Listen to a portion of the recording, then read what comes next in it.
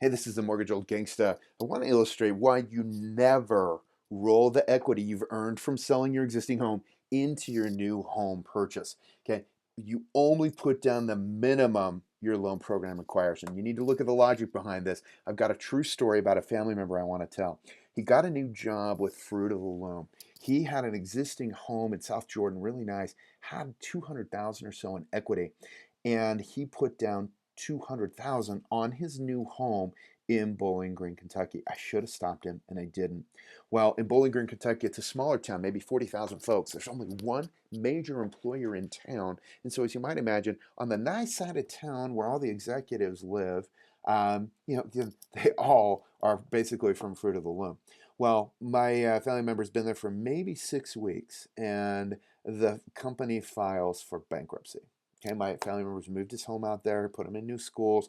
They've moved in, and then here they are, and I get a phone call. And there is some mass panic amongst the executives. What are they going to do with their homes? I mean, where are they going to go find a job? And then who's going to buy their homes? There's only one big employer. So here is a time of truth.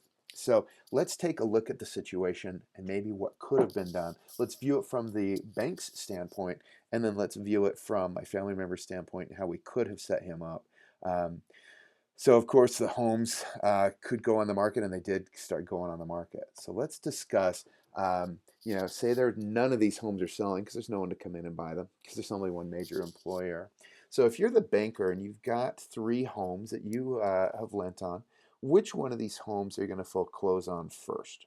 So home number one, worth a $500,000. The homeowner owes 475. So that home is loaded up with a mortgage. Homeowner number two down here in the middle, it's worth a $500,000, and he rolled his equity into this new home as much as you'd think you should. He only owes 195,000, so there's $300,000 in equity here.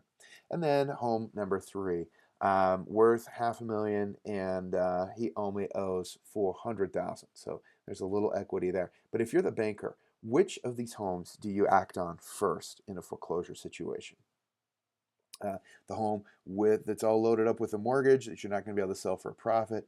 The home that has all kinds of room to sell easily in a short sale foreclosure situation, or number three, a home with $100,000 in equity. And so for me, if I'm the banker, I'm going after number two here first because I can sell it at a discount, get my money out, and get going.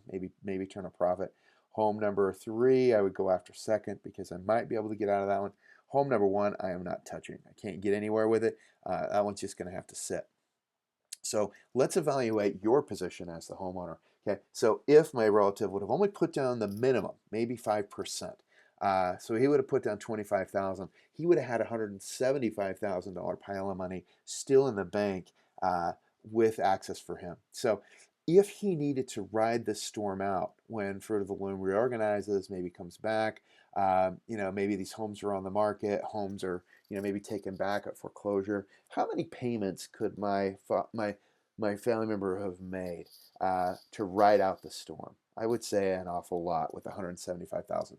Also, how does having cash, how does that improve the peace of mind for the family? Okay. Again, if he can't get a job right away, or if he needs to move and put money down on another house somewhere else, or just rent, how does the cash make options for him? Okay, cash is king. But what if he decides that he wants to start a company or move somewhere else? I mean, cash does just creates opportunities and gives people flexibility in life.